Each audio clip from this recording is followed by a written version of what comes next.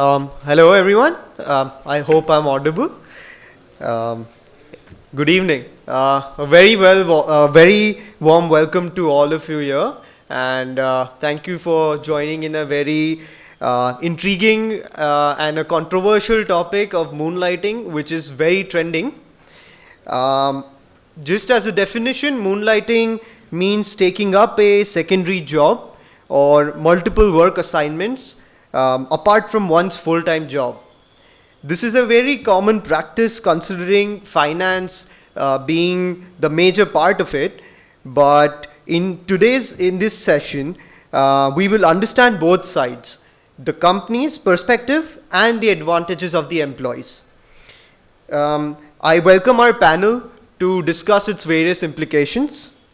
Our panel for this session includes Dr. Bindya Gupta, an associate professor at the United World School of Business, Karnavati University. She holds over 19 years of vast experience in academia, training, and industry. She has worked in Genpact Gurgaon for more than a decade under various different verticals. Dr. Gupta has done her PhD in management, and her thesis title was Impact of Mentoring on Job Satisfaction Among Bank Employees. Her research work, including case studies, has been published in reputed national and international journals. Her research work covers topics such as mentoring, employee branding, contemporary HR practices, sustainable business practices, entrepreneurship, and many more. Dr. Gupta has also been invited to conduct webinars and FDPs by reputed academic institutes and is a reviewer for journals like Emerald Publishing. She has received several awards and honors for her performance, team handling, and research in corporate and academia. Welcome.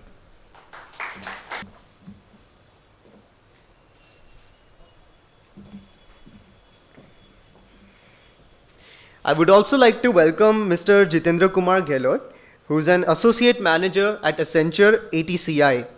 He has over 16 plus years of experience in leading and managing large IT programs, customer relationship, estimation planning, execution, and end-to-end delivery of various data engineering and transformation projects.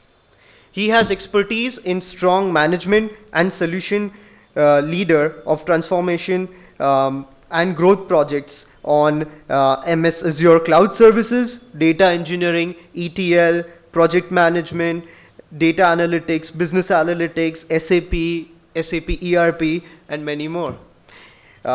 Welcome, sir.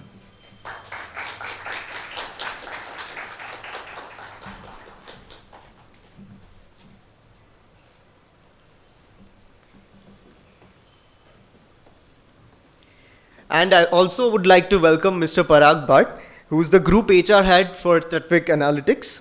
Mr. Parag is at the helm of affairs for human resource management at Tattvik Analytics, with extensive experience spanning over 23 years in the field of human resource management and development in companies across various different sectors.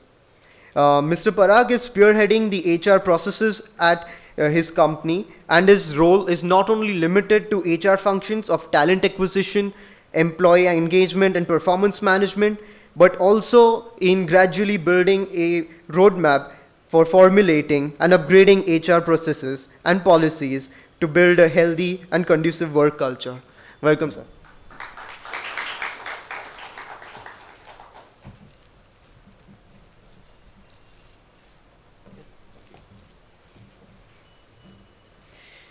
Our session today will be moderated by Ms. Radhika Joshi, an engineer and MBA in HR by education. Radhika has over 10 years of experience in organizations like HDFC, AMC, PwC, and in also academics. She is a PhD scholar from Pandit Deen Dayal Energy University and is currently associated with Karnavati University as faculty. Welcome.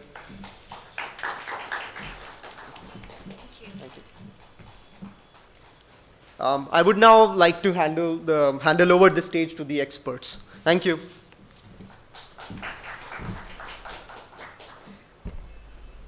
Good evening, everyone. It has been a pleasure. I'm sure it's been pleasure for all of us. Just a small request, if people could just come a little ahead, that would be really great. Okay, so esteemed panelists, hi. Shan has done a wonderful job of introducing everybody. Would you like to add some more about yourself, or should I dive into the topic? Whatever you want. Okay, let's just dive into the topic. All right. So moonlighting. Suddenly, everybody's talking about moonlighting, and I think it all started with Wipro firing 300 employees, right? तब तक everybody was doing dual jobs. I mean, India has been a country of moonlighters, is what my understanding is. From what I have read so far, things like, politicians have their own businesses, or maybe sports people have government jobs, doctors having their own separate clinics, teachers having their own tuition classes. We have seen moonlighting from the time we know. So, ma'am, can you please throw some light on what is exactly moonlighting? Yeah, sure. So, Radhika, I think you've given a very good introduction already. So, like you said, yes, moonlighting has been existing, and particularly in our Indian culture, since long. But the term moonlighting, it's just come up. So, just to give you an idea, the reference to the word moon in moonlighting, because it is assumed that these moonlighters or these employees who are indulging in or taking up another job apart from their regular 9 to 5 job, they secretly or discreetly take up another job, work for another employer at night. So that is why moonlighting. Okay. Now, like I think Shan mentioned, if we have to define the term, it would be like employees, apart from their regular work they are doing, the regular job that they hold, they secretly take up another job and get paid for it. Okay. Now, I would like to describe the term, by taking two different scenarios. First, let's think of a situation where, at the time of employment, the employer and the employee get into a contractual agreement where the employer, strictly prohibits the employee for taking up any other job, and I mean any other job. It could be related or totally unrelated to what he is presently going to be doing in his present organization. So by this, the idea could be that employer feels that there might be a loss of productivity. ठीक है, वो मेरे लिए काम कर रहा है for those 8-9 hours that I am paying him for. I'm paying this guy handsomely, so he should be physically, mentally be there for me. Or the other reason could be that he might fear that this employee might use the resources of the organization for this separate job of his. Yeah? So this is scenario one, I would call it part A. Part B. Now, let's imagine this situation now. Again, at the time of employment, the employer and employee get into an agreement. Now, this time, the employer is prohibiting the employee not to take the jobs which are similar in nature or directly connected to what he's going to be doing in his present job. So clearly here, the reasons, conflict of interest ho sakta hai, or it could lead to, what do we say, data privacy issues. So now, both A and B of this first scenario, if the employee is doing something which he has agreed not to do, he has signed a contract for that, okay, yes, I agree that I will not be doing or taking up another job. If he's doing that, then two things. First, clearly a breach of contract. and plus it is unethical also. Yeah? Now, this was scenario 1. Now, I think scenario 2, as we understand, which is very common. At the time of employment, the employer is not really bothered. There is no such clause which prohibits the employee to take up any other job. So clearly, he's telling the employee for those 8-9 hours that I'm paying you, or probably he's wanting to say, I'm not paying you the best which this industry has to offer. So yeah, you work for me 8-9 hours. Beyond that, you do anything to earn that extra income for yourself. Okay. So yeah, so here, like the example that you gave, school teachers. Yeah, school teachers. We understand how underpaid they are. Understood. Okay, Yeah? got it. So most of the institutes, again, I would say, I know of some institutes who prohibit these class teachers not to take tuition classes beyond those regular school timings. Understood. But then most of them allow because they know they are not paying them well. So this is an opportunity for them to, earn that extra money for themselves. Okay. So yeah. So I have a question. There's some confusion that I have. Now, a couple of months back, I was riding back home by Uber, and the Uber guy, he was all the time on his phone, and he was speaking impeccable English.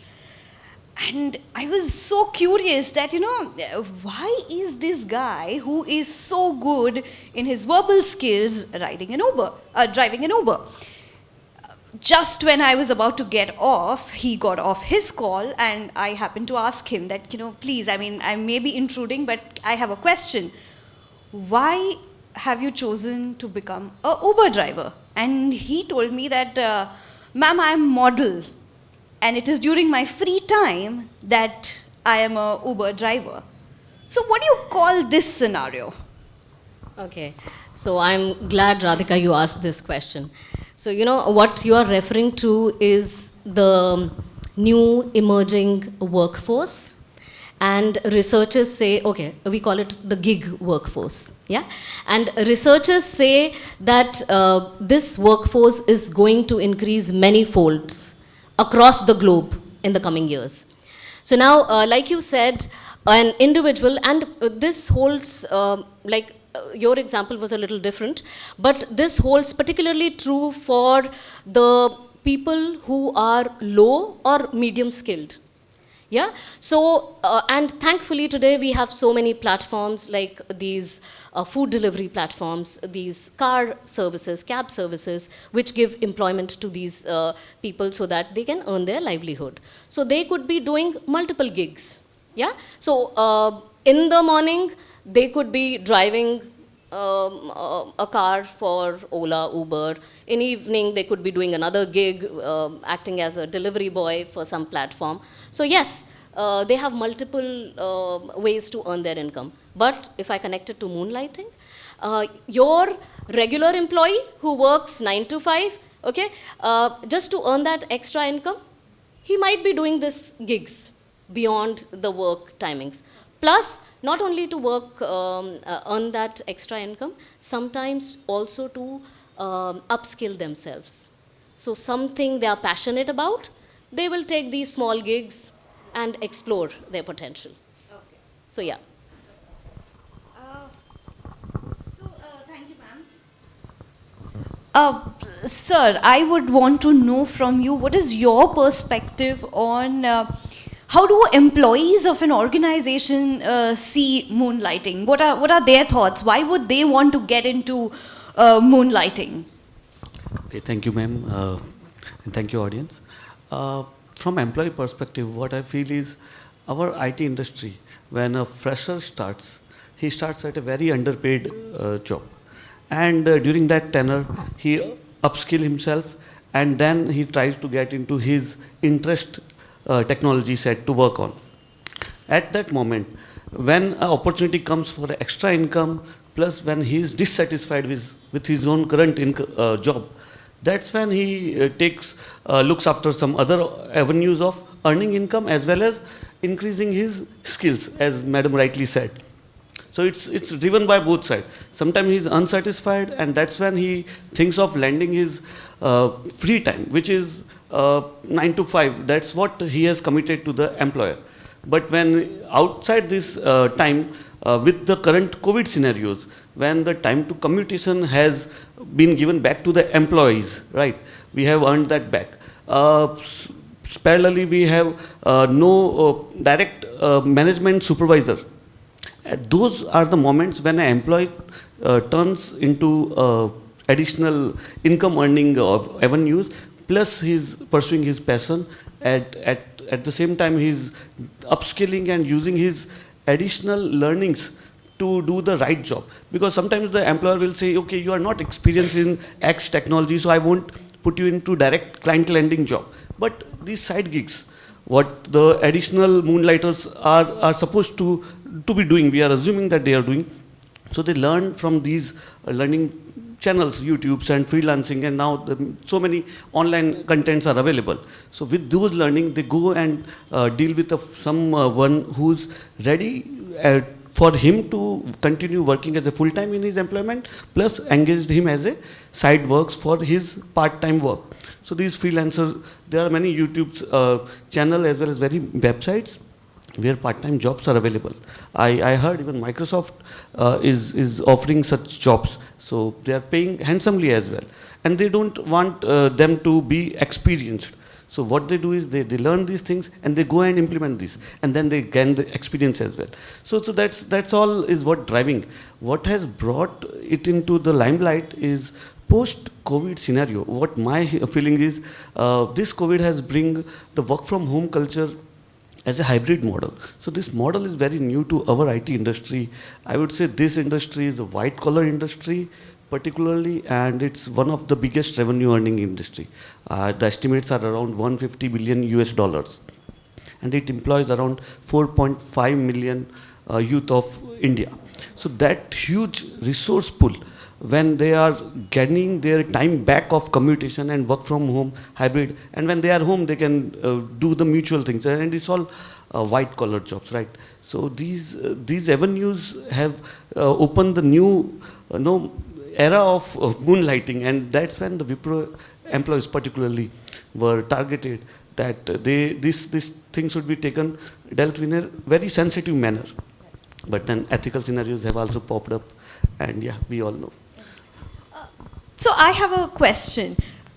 People are already so stressed, leading to burnout in their one job. How are these people able to manage to do two jobs? I mean, wouldn't it really add up to the amount of stress, or it's absolutely the other way around? In my opinion, ma'am, I would say it's the other way around, because mostly people will take up their hobbies as the side gigs. Like if I like cricket, in my free time I'll go on a pitch and do some practice.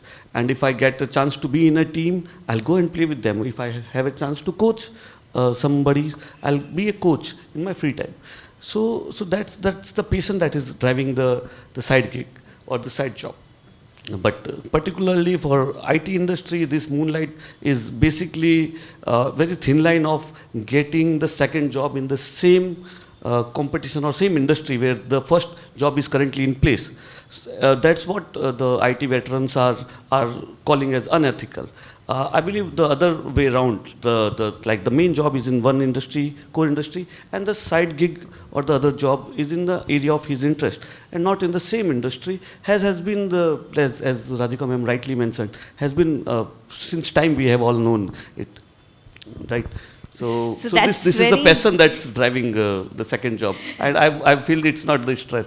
Since when someone is earning the money and with inflation, the salaries have not risen in the IT industry as per the same scale. So that's, I would say, stress and burnout are all side, and since the time to commute is also in the employee pocket now. So that's how he's managing, I would say. So that's very encouraging. I mean, it really makes me think, while I am a faculty during daytime, can I be a stand-up comedian in the evening? Will that be moonlighting? I hope not. I would say that's again the moonlight only, Okay. but that's the right ethical moonlight, I would call it. All right. Thank you so much, sir. Sir, I have a few questions for you. Sir, I want to know more from the employer's perspective as to how they see the whole idea about moonlighting, how comfortable they are with employees going ahead and having a second job or doing smaller gigs. Okay, so I think when you are asking about employers, let's hypothetically assume that these are the commercial employers and not non-profit organizations. So their primary objective is business.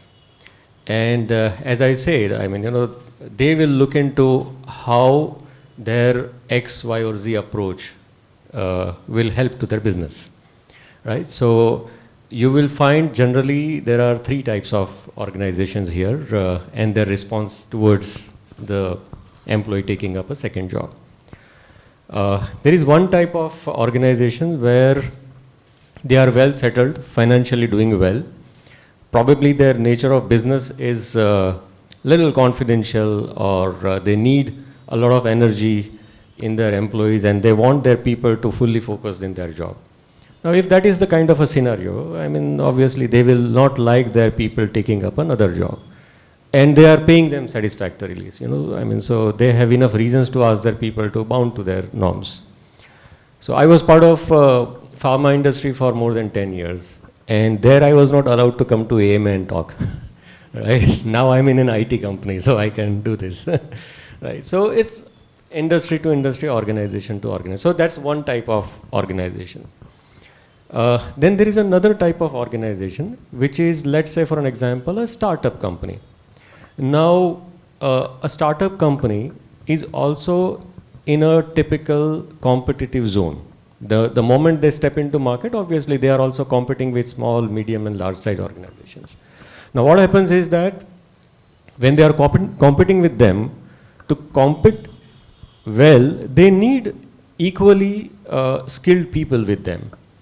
And when they want skilled people, they need to either pay them equal amount or a better amount of money so that they come and work for them, which generally in their business model doesn't support, right? So those kind of company allow their people that, okay, I'll pay you less, but then you also take up something else, So if you have some other aspirations, you go and work, don't do X, Y, Z, but otherwise we are okay, right? So that's another kind of organization who promote rather, this kind of a working system.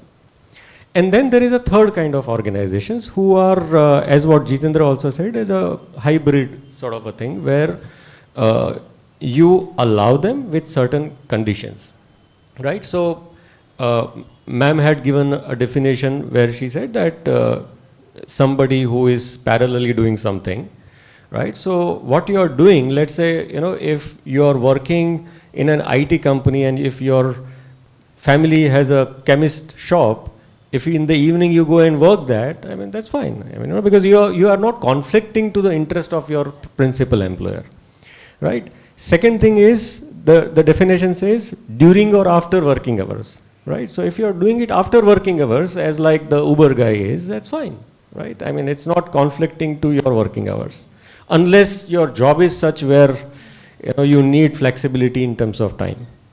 The third thing, which is, I guess, very sensitive, is without the knowledge of your current employer. I think, like in our organization, one of my team member, she's in HR and she's a choreographer. She's doing very well, right? So I'm okay if she is doing that job because her work is nowhere conflicting to the interest of Tatwik's business, right? So we are okay with it. And as what Jitendra has said, sometime if you are fulfilling your other desire or needs, it balances out actually. That you probably had a burnt out and then you are doing something that is balancing out, right? So it is very important that you have a disclosure. If I'm here today, my employers, they know that I'm here, right? So that is something which is very important. And the fourth thing is, you should also disclose what you're earning, right? So the interest should be disclosed to the other one that, see, I'm doing this and I'm going to earn something. So if you want to take up a project, if you are sharing in terms of information, that's fine. Now, why employers at times they have a problem, I tell you. So one good example of my team I have already given. I give you another example. So during the second wave of COVID, we had obviously, as like the other organizations, we had allowed people to kind of work at home. And we found, and look at the audacity, I mean, we found that one of our team member, not only working for himself, being at his home, that gentleman was pitching his business to the same client. you know? So, I mean, what do you expect me as HR head to do with him? So, the idea is not to restrict somebody to kind of work for their own interest, but the idea is to mutually kind of work around so that both remains happy. So the general kind of proportionate of people who are towards giving such kind of working system is only under these restrictions. I have seen a lot of organizations that they outrightly say no to. But what I've understood is that, these are the organizations which may also expect employees to spend beyond 8 hours, and that's when employees start getting frustrated and all of that.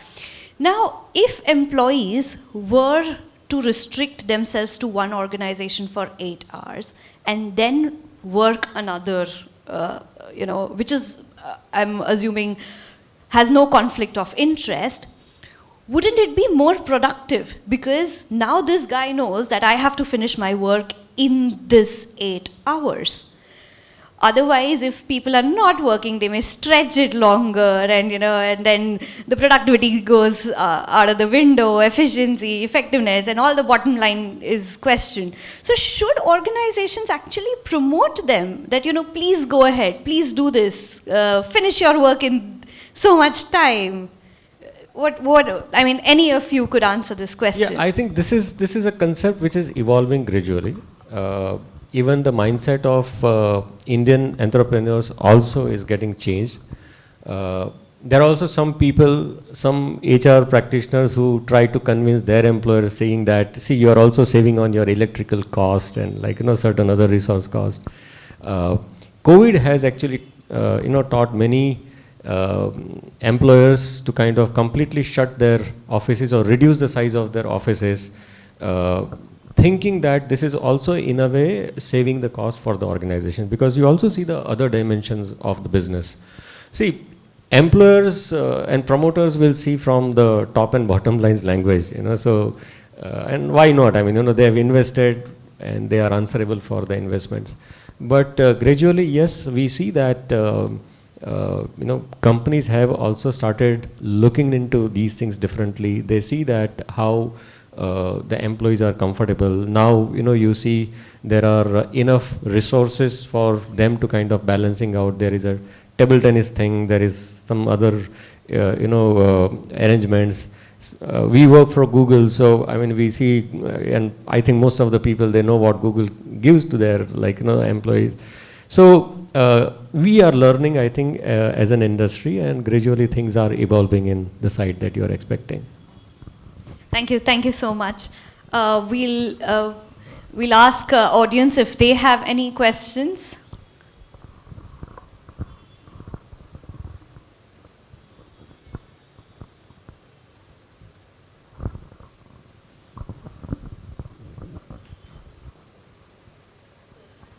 Yeah. So strictly from that side, employer's perspective, I would rather say. So have you ever tried to reflect as an employer that why do employees, if they are doing a job which is similar in nature, engaging in that, what are the reasons, possible reasons behind that? Because the other gigs that they do, which are totally unrelated, that's understood, yeah? But as an employer, have we tried to reflect on where we could possibly be going wrong? I couldn't understand your question. So, Okay. if the employees are Why working are in they the moonlighting? same, Why are your employees moonlighting? Have you ever tried to Okay. reflect on that question? yeah, I mean, when you don't have transparency, in your management, when you don't have transparency in terms of communication, I see that as the very base reasons for moonlighting. Moonlighting is what, like, if you just convert this thing into your family situations, these days you see that, like, a young person, a young boy or a girl from a good family going and having drugs outside. Now parents, they don't know what the kid is doing, right? But probably then somewhere we also learn that how the parenting should be, and how the relationship should be. So probably, like, when we have a transparent culture in the organization where an employee can come and talk to you, share about such kind of discomfort in terms of, see, this is what I want to do and I'm not being able to do being in this organization, and therefore I feel like quitting. So at that point in time. My question was, if he's going and working for a rival firm, a competitor, the other gigs, okay, we understand they need to come talk to us, we'll permit if there's no conflict of interest, so that's acceptable. But if they are, secretly working for your rival firm, so have you ever tried, I don't know if you've ever been in that situation, but God forbid if it comes. So, I think we need to reflect, why is it happening? And what, according to you, could be the possible reasons for that? I believe that anything in life which is secretly is not good. So, why secretly? If organization doesn't want, there is, so another counter question could be, can a human being kill another human being? Right? I'm sure that most of the people will say no. But then if I ask it differently, if the other human being is either a police who is having an order or a defense force person who is having an order, a license to kill, can that person be? Then we say yes, right? We all are generally bound by an agreement. Now it's your choice whether you want to sign that agreement, you don't want to sign that agreement, right? So if the employer see, like, I had given you an example of my being in pharma.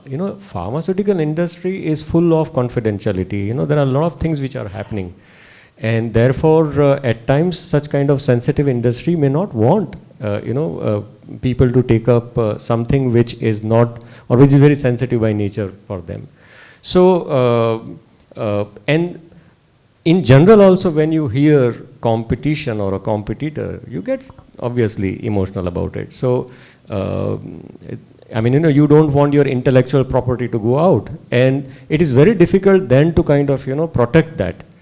Irrespective of, somebody will say that, okay, I go to your competitor and will make sure that I don't speak about what we are doing. How it is possible? Nobody can trust that, right? So obviously, these are some of the reasons probably why, you don't want people to go to the competition. Yeah. I would just like to add to what Parag sir has just said, and the question of Vidya ma'am about why someone will be joining to a competitor and how employers should be avoiding it. So the why portion, what I think is, this is IT, specifically I'm from IT background, and there's a lot of demand that is coming up. Cloud transformations are happening. Most of all businesses are now going digital, and everywhere the computerization is happening. So there's a lot of demand of skilled resources. So why it is happening? Because there's a lot of demand. So it's all game of supply and demand, I would say. Since there's a less skilled people and the demand of IT automation is so much, so even the organizations are ready to offer such side gigs to the skilled resource, the right skilled resource. If you have proven yourself, you will get 3 projects. like as a freelancer. So what is the norm in Western industry is freelancing. So moonlighting has just come under the hammer because one is under the employment contract. Had that person had the belief in himself and doing it as a freelancer for 2, 3, 4, 5 employees or projects, he would have no issues, right? And he will not be ethically questioned. I'm not saying it's unethical or ethical, but the question has popped up.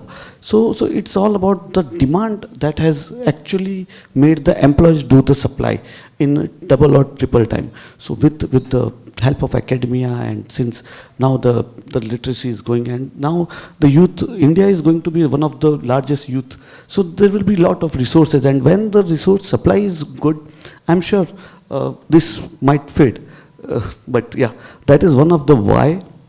What employer can do, I mean, I had been in situation where my team members have openly told me that, yes boss, after our office, I go and look at my eatery outlet. So they have passion, they have now restaurants.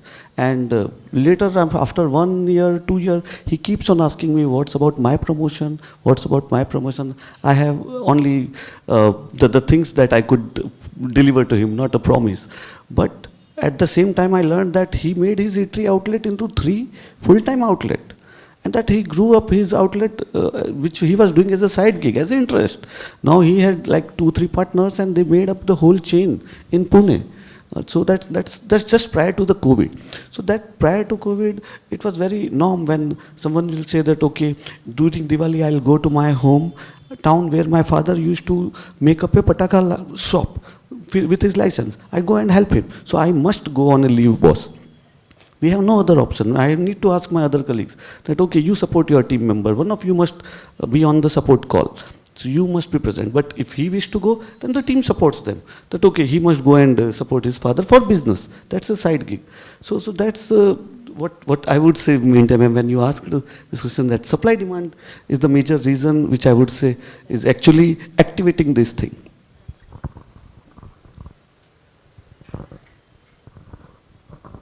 Hello. This, as a HR person, I would ask you that how the HR department will take up the matter as a whole. Whether they will take the things in a very spirit manner, or sometimes what happens, they are very much reluctant. When the employee is going to ask him for the transparency and ask him for the moonlighting, at that time, many times we have found that this is a very reluctant manner has been responded by the HR person or the organization, whatever. So what your perception as a whole the country, what the perception is going on in their work? Yeah, I think it's a good question, and I believe that gradually we are getting into a kind of a culture in the industry where you're okay, people are taking up something else, pursuing their area of interest. But if your specific question is to how HR should take up, then I would say that the primary job of HR, also as an employee of the organization, is to protect the interest of the organization. And how do you, and not only organization, but of course employees, but in a different way. I mean, so when we say protect the interest of the organization, you have the contract between the two, and if either of the parties is breaching the contract, that's the job of the HR person to make sure that, he or she is taking the suitable steps, right? However, it is also a moral responsibility of HR, and I really liked what ma'am asked in her question, that can we change the culture where, we don't promote a kind of a culture where people step into moonlight. See, moonlight is not the right thing, but then the job of the HR people, so let's say for an example, a lot of us, we do employee engagement survey, say or some of us, we also do HR town hall and all that. Are we promoting these kind of questions to our internal employees, that is any one of you not comfortable having this kind of a policy? Do you want us to do something about it? If HR can initiate that kind of a thing, probably there you will do a proactive approach towards restricting people to do moonlight rather than taking reactive actions later on. So like we ask this kind of a thing. We do two different kinds of survey, where we do ENPS and then we also do town hall. And people do come. I mean, Moonlight is one of the things, but there are many other stuff where people come and talk about. But then again, their trust will come on the basis of whether you really do something out of it or you only kind of have vada pav and go back. Else that Yellow sir has told that inflation and the financial pressure is like that. Some people, some employees might be there. So he is compulsory, he has to do that. So at that time, the no alternate is there. Otherwise, he has to leave if the company doesn't permit. And then he has to leave. And what will be happen? That employee will be in lunch. See, there Absolutely, he yeah, doesn't I have agree. any option. I agree. That is the problem is going on here in our country. That is what my perception. Right. So, and HR definitely can, with their limited. What happens that HR wants to, sometimes it happens, wants to help him out. But the organization or the promoter doesn't want. At that time, HR executive also in a lunch. So ultimately, subsequently, what will happen? Employee will be separate. True, Because very of true. financial pressure, True. inflation. It doesn't have anything. Absolutely. That is the word. It's a So, very pathetic country. yeah, so as you very rightly said, HR themselves cannot change things, or they cannot influence the employers. So therefore, some of the practices, like the survey is not HR's voice, is the voice of the employees. Similarly, long back, I had learned something from my boss. I said कि sir ये union ऐसा है, union वैसा है. He said कि परहक union तो होना चाहिए, because सारी चीजें जो है HR head नहीं कर सकता, कुछ जो है वो union के through होता है. So, and that's also equally true. That some messages HR themselves, they cannot give directly to the employers. They have to use some routes through which, but then. If I talk about the kind of industry that me and Jitendra believe, our industry is very different, wherein even employees are also thinking in a very different directions. Probably your question is more relevant to the more traditional organizations which are there for many years and they are comfortable in the way that they are doing. But otherwise in newer industries like us, we don't face that kind of problem. Just one point to add to sir's question. What I feel is this IT industry in particular, the level of business they are in, they are servicing, right? And they are servicing to multiple clients. Since so the data privacy and intellectual privacy, IPR, intellectual property right? So they all conflict of interest are bound to happen when an employee of such industry where the service is going to one client and the client demands their data should be with one employee and their employee should be full time with their business only. So if I work for say pharmaceutical X company and at the same time I take up a side gig for a pharmaceutical Y company with the detailed information of X company. So that's what very, very thin line is there, sir. So that's why specifically the white collar jobs of the IT industry, the HRs need to take it in a reactive manner because the employee is earning, that is fine. But what is it at stake is the contract, the sales contract which the employer has with the business, with the client. So the client contract and then the damage that this employee might cause to the business is its trust, its reputation, and there are many financial damages which is very which are millions. So there are contract bound sales, contract with the business. So this type of industry HR must be reacting. Why? Because of these reasons. Because there are multiple businesses and all are bound by contract and there are many obligations, specifically financial, legal. So to avoid them, HR of white collar industries are very reactive in specifically moonlighting when they are doing it the same industry. Yes, sir, please. Actually, I was trying to Dr. Gupta's question. What she asked was basically trying to understand the why. I think what Yeah, my question was why have we tried to reflect why is motivation for the employee to do moonlighting, and I think I'd like to answer. Sure, sir, sure.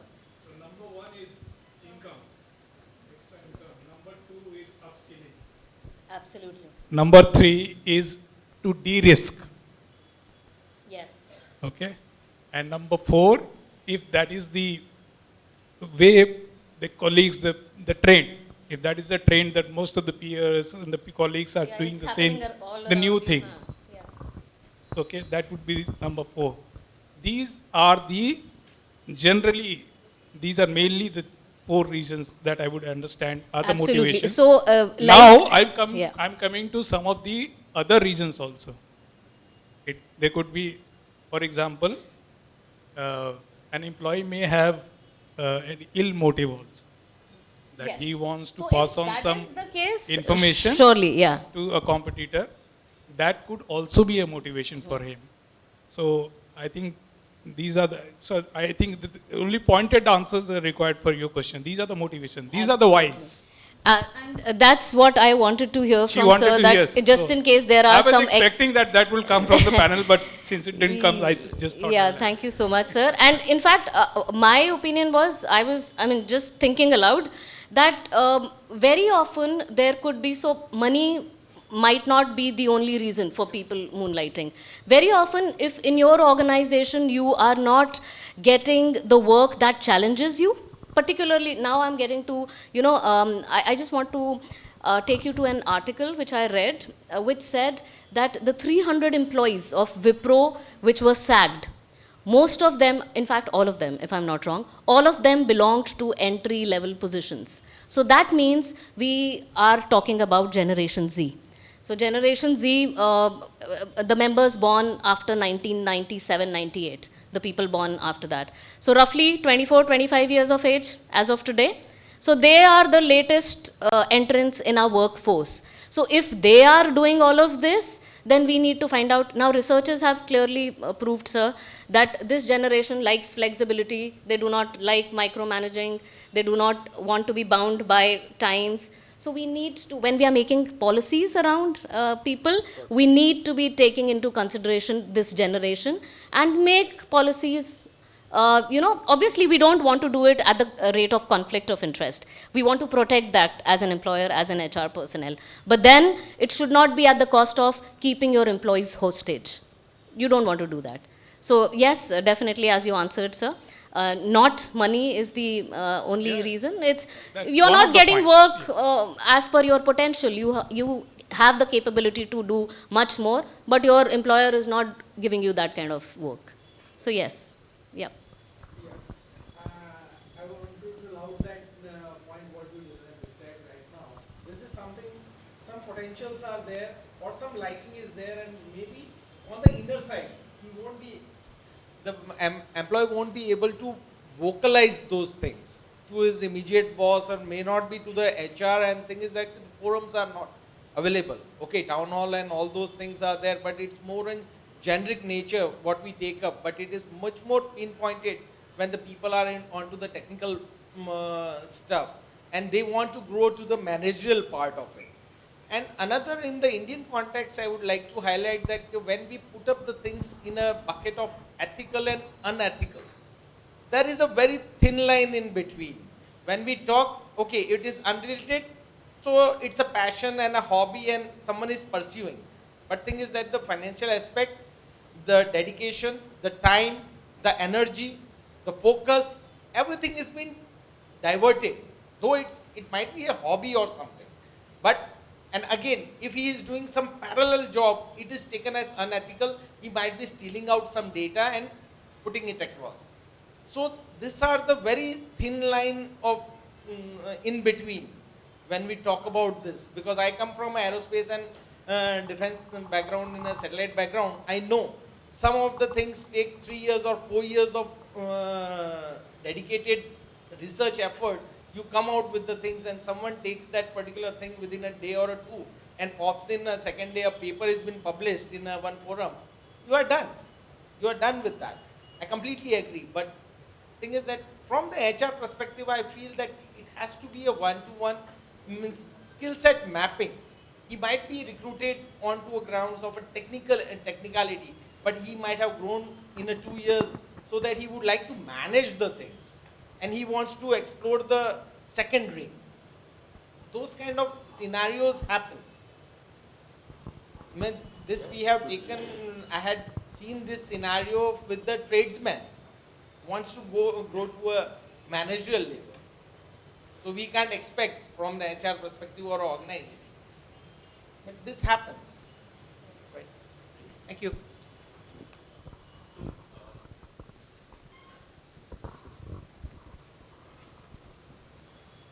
So as a panelist mentioned in the beginning that moonlighting is a pretty old concept. So probably moonlighting is as old as civilization. Only thing is the term is new. So which means that it was always there, it is here, and it is always there to stay. We can't wish it away. Right? Now, what is that the organizations can do where they turn this as their tool to retain the employees? So moonlighting as a retention tool, because as a friend said, there are various motivations, and money is not the only motivation. Motivation could be de-risking because the jobs are unstable, organizations are unstable. So why not develop something which can help me in the long run? So what is that the organizations can do? Specifically, I would like to ask our Mr. Parag Bhatt. And as moonlighting as a retention tool, for example, what comes to my mind is we know people are doing it. So why not kind of encourage, as long as it doesn't conflict with the organization, probably on the internal portal, post some jobs. You said choreographer, you said comparer. So this is a job which is available as a choreographer. Why not just bid for it? So post it on the internal portal, and so that people are happy working over there because they are not being judged. One of the things that happens is many a times employees feel that if I share something, then probably organization may or colleagues may get judgmental about it. So what is that the organization can do to change the entire paradigm? Organizations can do definitely a lot of things. Depends upon the mindsets of the promoters, culture, etc. But yeah, I mean, I give you another example, and this is not IT company. Mr. Kishore Biani, he had started an initiative around, I guess, 7-8 years back. The name of that initiative was Be the Bianis. And so as we know, they are into apparels, retail formats and all that. So the concept that they came up was, he said, I believe that there are many people who probably want to be entrepreneurs by themselves. They don't want to continue their job for a longer period. So how if, I kind of become the financier and allow them to kind of, or incubate their concepts. So they started this initiative wherein people used to present their concepts, and if they are the ones which can convince them to invest. So as an investor, then they used to invest and kind of help them having certain stakes obviously in that startup. And so that's one of the creative initiative that Bianis could think about. So likewise, if it permits to the business model, if it permits to the financial structure, such kind of different models, and as what some of the examples you also had given, that you share with others that, see, this person is into this kind, like one of our receptions interior is done by the wife of one of our employee, right? So I mean, but it depends upon, today we are hardly 300, 350 people company. When we become 3,000, at that time we will have to learn that how we can manage this size in this kind of a culture, right? But yeah, I mean, there is nothing wrong, and we have seen some companies are trying in these areas. That becomes probably a topic for research for faculty. Yes, Do you for think sure. that this will improve in coming era? Yes, because that's the need. See, as I said, ultimately these are the investors investing into a business. So anything which is going towards the better side of the business, why not? I mean, if, as what sir has said, that if your nature of business is such where irrespective of any size you will never be able to do that, probably no. But otherwise, I mean, if otherwise, yes, why not? I'd like to add, I won't name the company, but it had been predominantly by a ex-scientist. It is promoted by an ex-scientist of ISRO. He judges the people that he wants to be an entrepreneur. Then he invests. He would make one company, invest in that company, make him start his own entrepreneur, and still he is there in the company. So those kind of arrangements has been done after when there is a big size of project. and the longevity of the projects are so big, so someone has those cult being developed. Absolutely, yeah. On the run. On the run, when you have a 2 or 3 years of project, someone develops that cult. Somebody is waiting for quite some time. Please ask your question, yeah. Thank you very much for that. So basically, as ma'am said, the most of the people, the young generation is now thinking in different way. Little louder. I think the mic is not there. Hello. Yeah. Acha. So as ma'am said, the young generation is, thinking differently. They have some different mindset. So what I feel like that, do we come with some different policies like, most of the employer right now, what they offer gratuity, they offer PF, insurance and long-term relationship for that. So can we cut that things and, present the new policy like that? If you want to go for the, Moonlight and any other freelancing kind of things, you can connect with us with this kind of policy. That can we come up with like that or not? That is the question actually. So the previous one is cutting down on the other stuff. I mean, if it is something which is under the compliance, that we cannot do because, there are government rules, you have to follow that. But yeah, I mean, the second portion was all about innovations, which some of these gentlemen have also talked about, that if we can think more creatively, come up with some solution where it is not damages to the interest of the business, why not? Surely.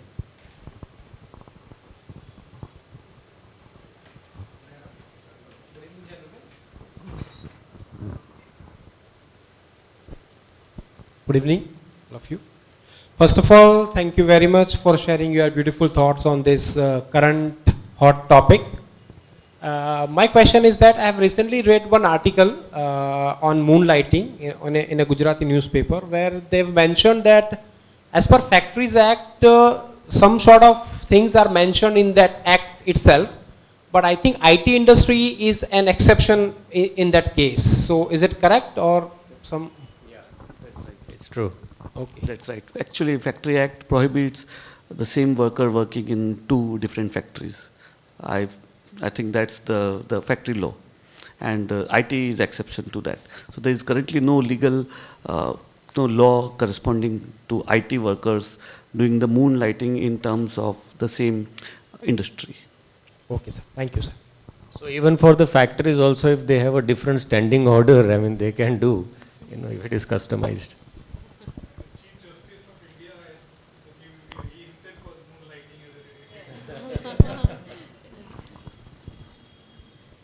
Hello, sir. I am working in an organization where my HR is sitting next to me. And there are cases where I got a chance as I was aside doing MBA in HR. So I've already declared to the company that I have enough of work. I cannot do anything even with the interest of my MBA with HR activities. But still, I will try to do. There, I spent 3 years and I have found one thing which still buzzing me. When my HR, along with the head office HR, recruits somebody with a multiple options, like they have a multiple applications, they take multiple interviews or multiple round of interviews, while they scanning the entire profile of an employee, maybe by verbal and by checking LinkedIn account and rest of the places. And they have agencies also to cross-check. They know that this employee is definitely doing moonlighting already, having businesses, some passion businesses, some club membership where he or she is paid. Still they are hiring them as a priority, although they have the equal competitor who are need job, but not doing, I mean, his priority is only this job, firstly. Later on they find the attrition rate very high, and sometimes they cannot do proper action on these elite employees because they are already privileged, they are not financially burdened, so they don't have fear that if I do something out of the track, not intentionally. So they are very fearless. And I've seen, observed silently that why the attrition rate is happen with the employees who are specially needing and only doing one job primarily. So I have buzzed this to them as an HR that this is my neutral and balanced observation. I'm not digging into your activities because I'm still not stage yet where I need to submit my assignment and something like that. But although you are allowing me to be into part of activity as a plus point, and 3 years observation in the sense I'm doing my MBA since 1 year, but past 2 years I was already sitting there. So this is buzzing me that you are already promoting moonlighting before taking the employee inside the company. And then the sideways is hustling you and organization and other employees also. So what do you think upon that? Because this is buzzing me. And they don't have clarity of answer. They says, okay, we have taken your point. But then there was no clarity at that particular time. So I just need your opinion about it. Sure. Just this is. Yeah. I like to start with my opinion on what Sure. Madam just presented the situation around. What I feel is here the ones who were actually doing a side gig, as you mentioned, and the employer was knowing while recruiting them, I believe that's maybe the skilled. Because of their skill set, a unique skill set, they get hired. Even though the employer already knew in advance that this person has a different hobbies, I would just call it a hobby. Okay, and he's pursuing it, he's a side income as well from that hobby. But because of his skill set and due to lack of resources in the market at the current location particularly, for example, that's when the employer or the recruiter will go ahead with such profile. That's one of my thought. And as you rightly mentioned about the ones with only single dedicated job are putting up paper and going to other organization. That's because the timing of this trend, hot topic trend, is very peculiar about COVID. After COVID, the great resignation has started. And all of the workforce, specifically IT industry, has moved. Like 20% is the now common attrition rate. So that's what is because of the supply demand and because of high remuneration and from work from home, the location constraint has now faded. Now a person sitting in Hyderabad can take up a job in say Delhi. So earlier the site like the jobs were majorly in say particular tier 1 city. The resources from tier 3 cities were not able to join them because of their phone location constraint due to say family or whatever their lifestyle. Now those all have faded and great resignation has started because the location constraint due to the hybrid model has given them this opportunity. So those with one job and no side gig and those were dedicated, they are switching for better remuneration, better opportunity and exploring major challenges, new challenges.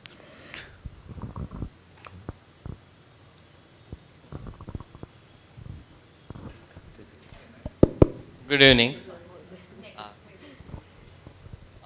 Actually, I may be very fortunate because tomorrow only I have scheduled one interview with the employer, and I was, bit in confusion whether to propose this moonlighting kind of thing or not. So my question is, how to identify that my being disclosure would be being a transparent or it would be a risk to me rather. I belong to engineering sector, mechanical sector, and the product line, and I'm as a sales, technical sales. So product line with the new employer would be in series with my current this thing. So is it okay? I mean, I need suggestions that to disclose it in the very first interview. I'm very transparent and I'm like that, and I definitely want to be very ethical towards both. What's your name? Bhavin. I hope this is not live.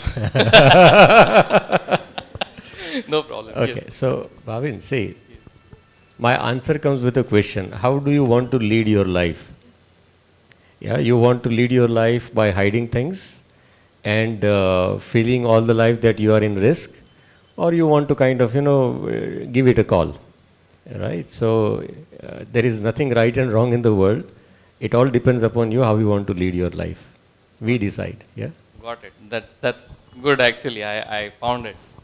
And just to add to it, I agree with Radhika ma'am's approach of disclosing. I mean sharing the views that it creates productivity. It increases productivity. If you have to if I have 2 hours to finish this job, I will stretch it. I think I'll do it. I'll do it. If I have just 15 minutes to do that job, I'll do that in very productive manner, faster than the time allocated. So in a way, I have felt that and I have experienced that. So definitely. At this time, we can say all the best to you. Thank you so much.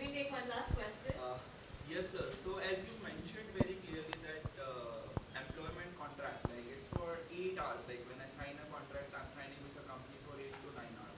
So why the companies and HR are being so judgmental and controlling that they want to control my life 24/7, that I cannot work, I cannot follow my passion, or I cannot do whatever I want to, because I'm being with that company for 8 to 9 hours. During that, I'm all yours. After that, that's my life. So let me live the way I want to. So like if at all I'm pursuing what, let us say my passion or my hobby, how that can be unethical, like I can do that at any point of time. So see, in basics, the general law doesn't allow any employer to exploit, right? So Exactly. if an employee is being exploited, there are forums to go and talk about legally, right? And at times, employers also loses there, so nothing wrong about it. But then the working hours, it depends upon the position to position and organization to organization or industry to industry. So there are also some positions, there are also some type of jobs where you can actually not define it within the 8 hours of time. Let us also accept the fact that the salary that my dad was having and the kind of salaries that I am having is very different, boss. Right? So if I have that kind of aspirations, probably it's my call that I want to be flexible. But yes, not against certain rules, certain ethics, which I'm sure that we all agree to it. But yes, if we feel that we are being exploited, there are ways to kind of deal with it, and no law is kind of supporting any organization irrespective of any size. No, sir. The question was not about being exploitation or anything. It's just I'm just not understanding why to put that unethical tag, because like as per my employment contract, I'm like working for the company for 8 hours or 9 hours or whatever mentioned in my employment contract. Okay. After that, if I'm following my passion, or if I'm like talented enough to do something on my own, like which is again not in the zone of that company's work or anything. Let us say I'm doing something else. Right now I'm working as a faculty. I'm also a digital marketing trainer, or I do stand-up comedy, as ma'am said. So like again, that's not something which is like mixing up or jumbling up with some sort of the interest of my organization. But still, at some point of time, they would put it like as unethical. And I really don't understand why to tag them or label them as an unethical thing, because, like I'm working 8 hours with you, that's it. Then you don't have any sort of authority on me that what I'm doing. That's my simple, straightforward thing is. How would you justify that? Like rather than putting unethical stuff?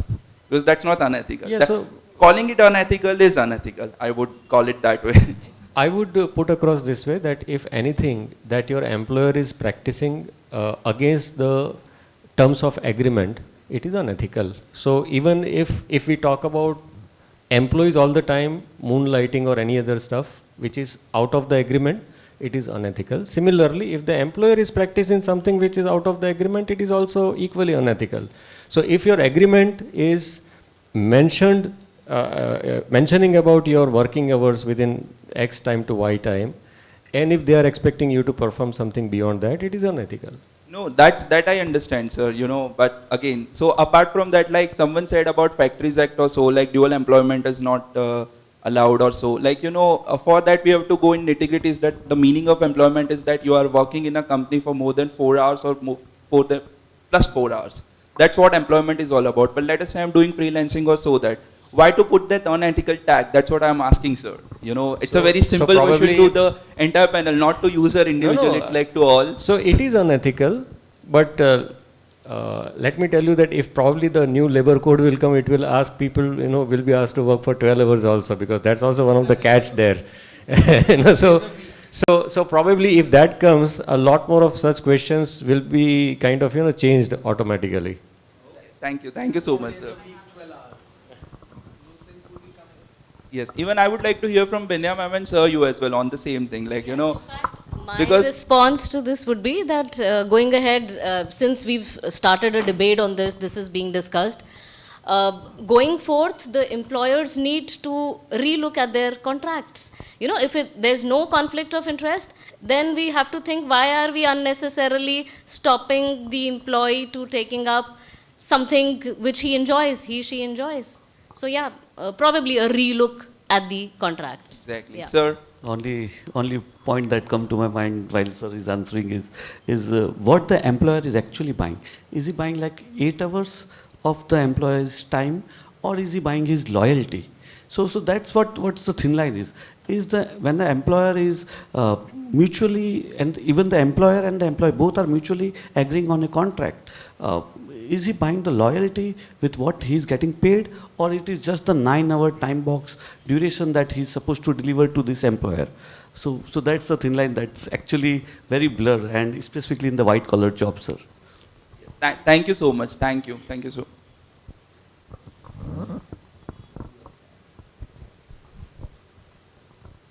Since we know that a lot of people are, doing multiple jobs now. So, and Gen Z is one, somebody mentioned that Gen Z is the one who is, doing it very often. So, I want to know what HRs can do for Gen Z or, for them not continuing that process. That is my one question. And I want your individual POVs on employees' perspective, that is one job really enough? As we, stated some points, like we stated 4 points that there are the reasons why we go for another job. So is one job enough, considering those points? I would ask everybody on the dais. Okay, I think I'll begin. In my opinion, there is no clear-cut answer to this. I'm sorry, but yeah, I would like to put it if an employee has the potential to earn some extra income on the basis of the skills he possesses, and in particularly I would talk in today's time, post-COVID, when it is very clear that your job is not that safe. We've seen multiple examples of what organizations today are doing. So yes, if employee wants to upskill himself, learn some new skills, and again, I think we've discussed it previously also, it could not be, and it might not be only for money that he wants to do this, but yes, if it is for other reasons like upskilling himself or to explore his potential, to make sure that he is performing up to his optimum potential, then why not? And I would like to add to this, like what we just discussed, now is the right time when the employers need to start looking into this, start thinking in terms of some policies which can be made around this. So that, obviously we cannot probably in today's time, sir, I'm not sure, but employee loyalty, bada kuch enticing siya nahi lagta hai, but at least to make sure that till the time they are with us, they are 100%. So let's figure out some innovative HR policies which can not prevent this moonlighting, but can make sure that both employer and employee are in a healthy zone. Yeah. Okay, so as Madam has asked, my point of view, I would say it all depends on how the contract has been made with the current employer. So if your main employer has, and you yourself also have committed your loyalty and your time and your skill set only to that, along with the data privacy and the intellectual property rights that they are entitled to keep and secretly keep with them and not breach any of the clause which the employer will have with the clients or the businesses, then yes, he should not be breaching the trust, because it's not just the money that he's earning, he's actually putting at stake the employer's reputation as well as their contractual obligations, which are legally very much high. So the trust is also broken in that case. But yes, if there is no formal, as Madam asked, if there is no formal framework during the contract, if this was not clearly mentioned, then yes, then the employer should not question the employee, what he is doing after his supposed official hours. I think the first question has been answered. So I mean, it's very individual perspective. But what HR people should do, I believe the very basic thing that every HR has to do is developing trust. If your employees feel that why to go to this person or this department, they will go to the employer ultimately and they will talk about it. Or even there are some populous HR people who just want to talk about, engagement, satisfaction and all that. See, the role of HR has to be keep things very balanced. And second thing is HR now should also play a role of a coach, where not only to your employees but to also your employers, how you carry on your conversation with them, where they feel what is right and wrong.